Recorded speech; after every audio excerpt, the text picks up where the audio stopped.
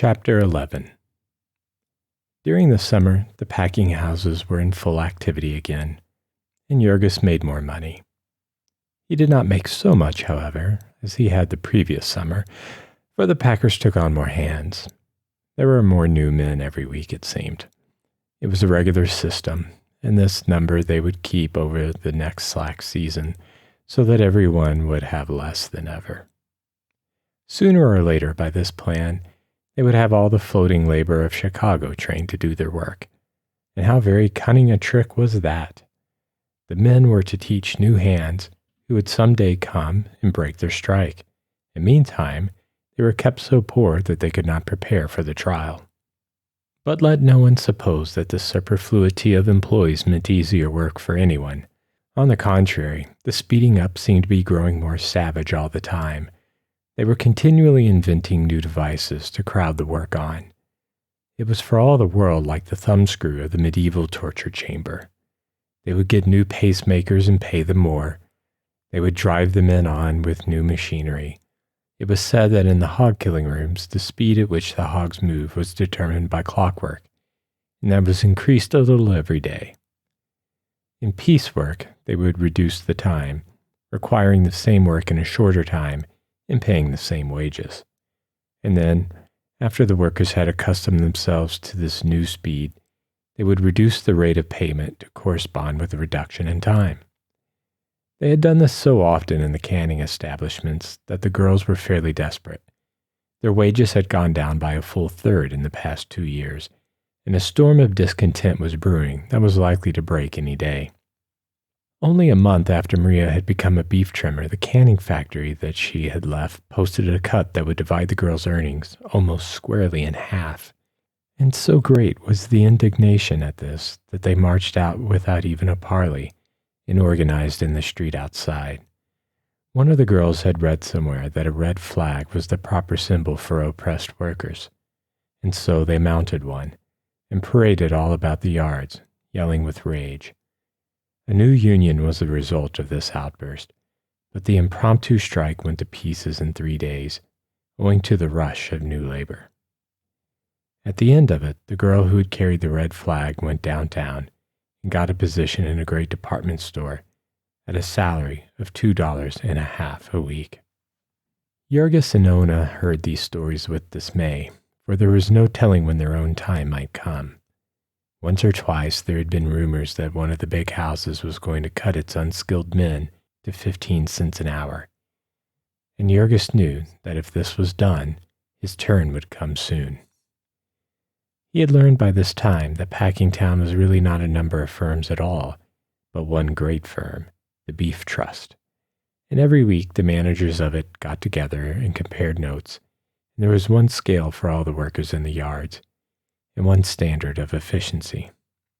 Jurgis was told that they also fixed the price they would pay for beef on the hoof and the price of all dressed meat in the country, but that was something he did not understand or care about. The only one who was not afraid of a cut was Maria, who congratulated herself somewhat naively that there had been one in her place only a short time before she came. Maria was getting to be a skilled beef trimmer and was mounting to the heights again. During the summer and fall, Jurgis and Ona managed to pay her back the last penny they owed her, and so she began to have a bank account. Timosius had a bank account also, and they ran a race and began to figure upon household expenses once more. The possession of vast wealth entails cares and responsibilities, however, as poor Maria found out. She had taken the advice of a friend and invested her savings in a bank on Ashland Avenue. Of course, she knew nothing about it, except that it was big and imposing. What possible chance has a poor foreign working girl to understand the banking business as it is conducted in this land of frenzied finance? So Maria lived in a continual dread lest something should happen to her bank, and would go out of her way mornings to make sure that it was still there. Her principal thought was of fire, for she had deposited her money in bills, and was afraid that if they were burned up, the bank would not give her any others. Jurgis made fun of her for this, for he was a man and was proud of his superior knowledge, telling her that the bank had fireproof vaults, and all its millions of dollars hidden safely away in them. However, one morning Maria took her usual detour, and, to her horror and dismay, saw a crowd of people in front of the bank, filling the avenue solid for half a block. All the blood went out of her face for terror. She broke into a run, shouting to the people to ask what was the matter, but not stopping to hear what they answered, till she had come to where the throng was so dense that she could no longer advance. There was a run on the bank, they told her, but she did not know what that was, and turned from one person to another, trying in agony of fear to make out what they meant. Had something gone wrong with the bank? Nobody was sure, but they thought so. Couldn't she get her money? There was no telling. The people were afraid not, and they were all trying to get it. It was too early yet to tell anything. The bank would not open for nearly 3 hours. So in a frenzy of despair, Maria began to claw her way toward the doors of this building, through a throng of men, women, and children, all as excited as herself. It was a scene of wild confusion, women shrieking and wringing their hands and fainting, and men fighting and trampling down everything in their way. In the midst of the melee, Maria recollected that she did not have her bank book and could not get her money anyway. So she fought her way out and started on a run for home. This was fortunate for her, for a few minutes later, the police reserves arrived. In half an hour, Maria was back, Teta Elżbieta with her, both of them breathless with running and sick with fear. The crowd was now formed in a line, extending for several blocks, with 100 policemen keeping guard, and so there was nothing for them to do but to take their places at the end of it. At 9 o'clock, the bank opened and began to pay the waiting throng. But then, what good did that do Maria, who saw 3,000 people before her, enough to take out the last penny of a dozen banks? To make matters worse, a drizzling rain came up and soaked them to the skin. Yet all the morning they stood there, creeping slowly toward the goal. All the afternoon they stood there, heartsick, seeing that the hour of closing was coming, and that they were going to be left out. Maria made up her mind that, come what might, she would stay there and keep her place.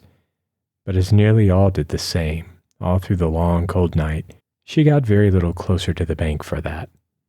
Toward evening, Jurgis came. He had heard the story from the children, and he brought some food and dry wraps, which made it a little easier. The next morning, before daybreak, came a bigger crowd than ever, and more policemen from downtown. Maria held on like grim death, and toward afternoon she got into the bank and got her money, all in big silver dollars, a handkerchief full. When she had once got her hands on them, her fear vanished, and she wanted to put them back again, but the man at the window was savage, and said that the bank would receive no more deposits from those who had taken part in the run. So Maria was forced to take her dollars home with her, watching to left and right, expecting every instant that someone would try to rob her, and when she got home, she was not much better off. Until she could find another bank, there was nothing to do but sew them up in her clothes, and so Maria went about for a week or more, loaded down with bullion, and afraid to cross the street in front of the house, because Jurgis told her she would sink out of sight in the mud. Weighted this way, she made her way to the yards, again in fear, this time to see if she had lost her place. But fortunately, about 10% of the working people of Packingtown had been depositors in that bank, and it was not convenient to discharge that many at once. The cause of the panic had been the attempt of a policeman to arrest a drunken man in a saloon next door, which had drawn a crowd at the hour the people were on their way to work, and so started the run. About this time, Jurgis and Ona also began a bank account. Besides having paid Jonas and Maria, they had almost paid for their furniture and could have that little sum to count on. So long as each of them could bring home $9 or $10 a week, they were able to get along finely. Also, election day came around again, and Jurgis made half a week's wages out of that, all net profit. It was a very close election that year, and the echoes of the battle reached even to Packingtown. The two rival sets of grafters hired halls and set off fireworks and made speeches to try to get the people interested in the matter. Although Jurgis did not understand it all, he knew enough by this time to realize that it was not supposed to be right to sell your vote. However, as everyone did it, and his refusal to join would not have made the slightest difference in the results, the idea of refusing would have seemed absurd had it ever come into his head.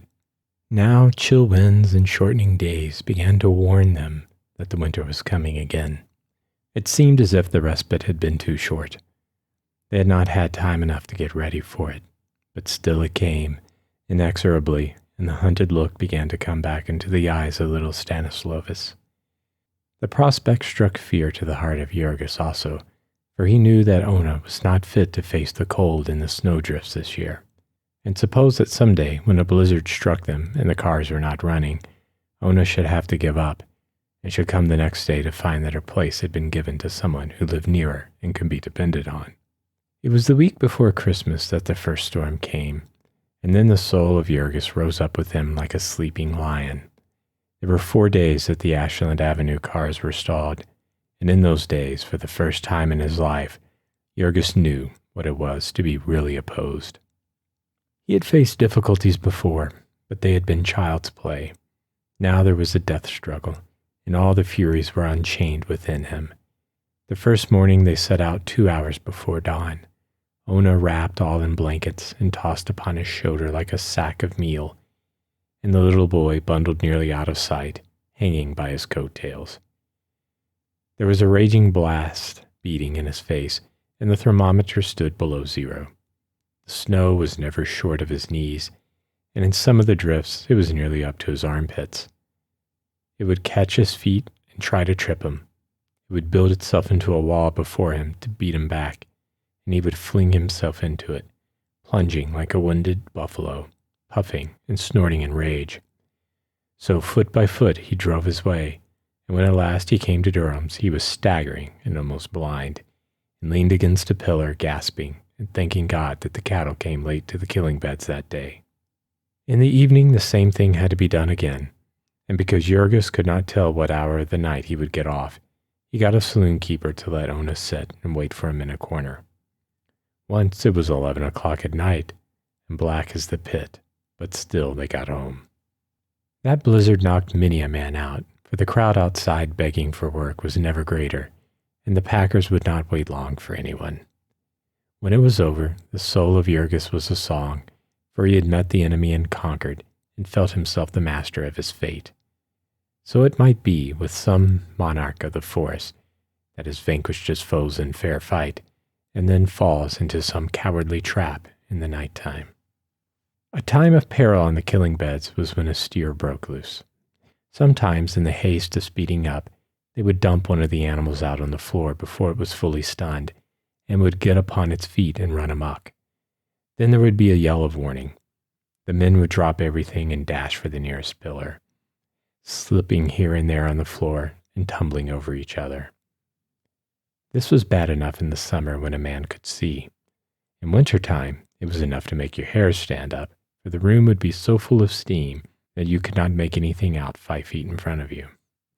To be sure, the steer was generally blind and frantic, and not especially bent on hurting anyone, but think of the chances of running upon a knife while nearly every man had one in his hand.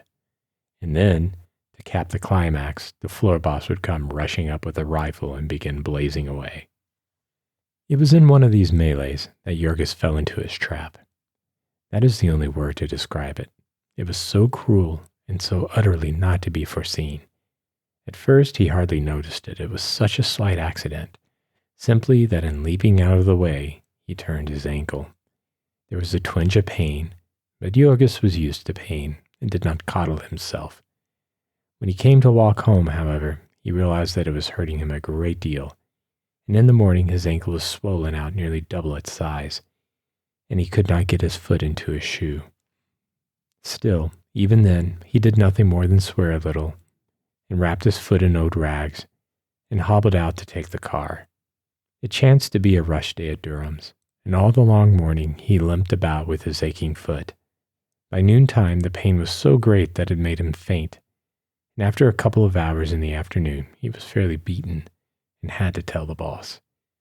They sent for the company doctor, and he examined the foot and told Jurgis to go home to bed, adding that he had probably laid himself up for months by his folly.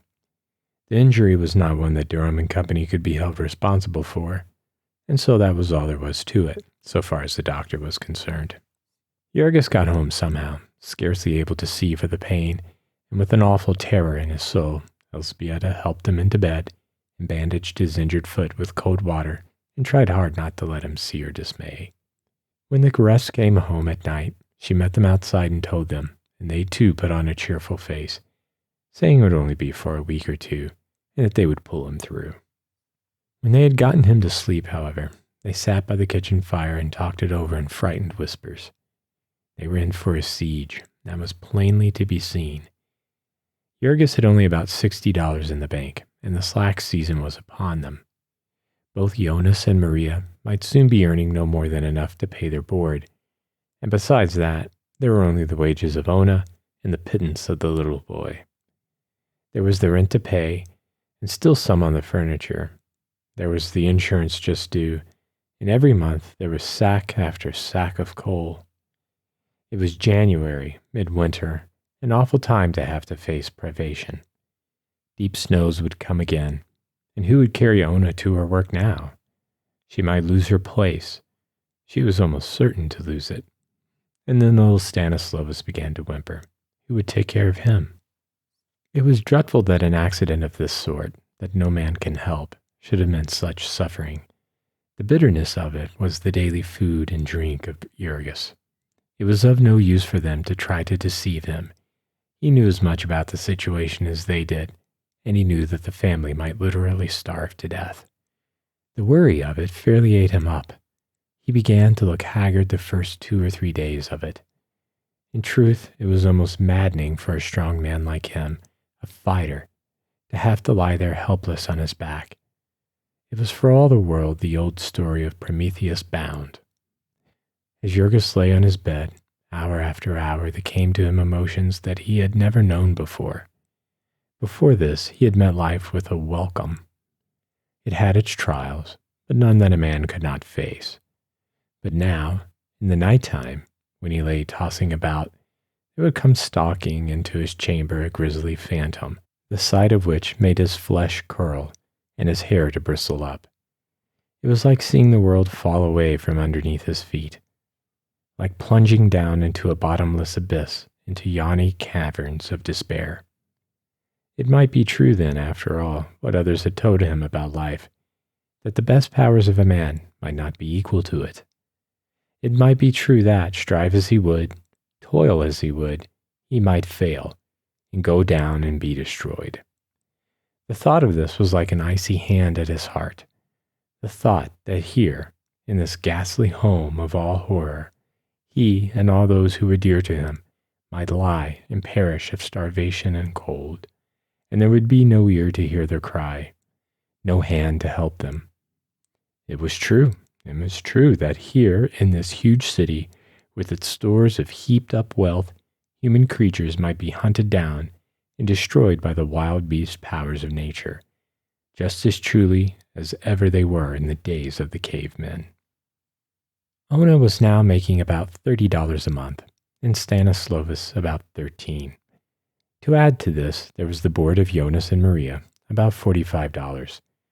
Deducting from this the rent, interest, and installments on the furniture, they had left $60, and deducting the coal, they had $50. They did without everything that human beings could do without. They went in old and ragged clothing that left them at the mercy of the cold, and when the children's shoes wore out, they tied them up with string. Half invalid as she was, Ona would do herself harm by walking in the rain and cold when she ought to have ridden. They bought literally nothing but food, and still they could not keep alive on $50 a month.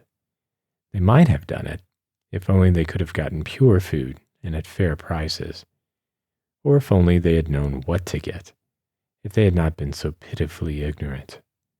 But they had come to a new country where everything was different, including the food. They had always been accustomed to eat a great deal of smoked sausage, and how could they know that what they bought in America was not the same, that its color was made by chemicals, and its smoky flavor by more chemicals, and that it was full of potato flour besides. Potato flour is the waste of potato after the starch and alcohol have been extracted. It has no more food value than so much wood, and as its use as a food adulterant is a penal offense in Europe, Thousands of tons of it are shipped to America every year. It was amazing what quantities of food such as this were needed every day by 11 hungry persons. $1.65 a day was simply not enough to feed them, and there was no use trying. And so each week they made an inroad upon the pitiful little bank account that Ona had begun. Because the account was in her name, it was possible for her to keep this a secret from her husband, and to keep the heart sickness of it for her own. It would have been better if Jurgis had been really ill, if he had not been able to think, for he had no resources such as most invalids had. All he could do was to lie there and toss about from side to side. Now and then he would break into cursing, regardless of everything, and now and then his impatience would get the better of him, and he would try to get up, and poor Teta Elzbieta would have to plead with him in a frenzy. Elzbieta was all alone with him the greater part of the time. She would sit and smooth his forehead by the hour, and talk to him and try to make him forget. Sometimes it would be too cold for the children to go to school, and they would have to play in the kitchen where Jurgis was, because it was the only room that was half warm. These were dreadful times, for Jurgis would get as cross as any bear. He was scarcely to be blamed, for he had enough to worry him, and it was hard when he was trying to take a nap to be kept awake by noisy and peevish children. Elzbieta's only resource in those times was little Antinous. Indeed, it would be hard to say how they could have gotten along at all if it had not been for little Antinous. It was the one consolation of Jurgis's long imprisonment that now he had time to look at his baby. Teta Elzbieta would put the close basket in which the baby slept alongside of his mattress, and Jurgis would lie upon one elbow and watch him by the hour, imagining things. Then little Antinous would open his eyes. He was beginning to take notice of things now, and he would smile. How he would smile. So Jurgis would begin to forget and be happy because he was in a world where there was a thing so beautiful as the smile of little Antinous, and because such a world could not but be good at the heart of it. He looked more like his father every hour, Elzbieta would say, and said it many times a day, because she saw that it pleased Jurgis. The poor little terror-stricken woman was planning all day and all night to soothe the prison giant who was entrusted to her care.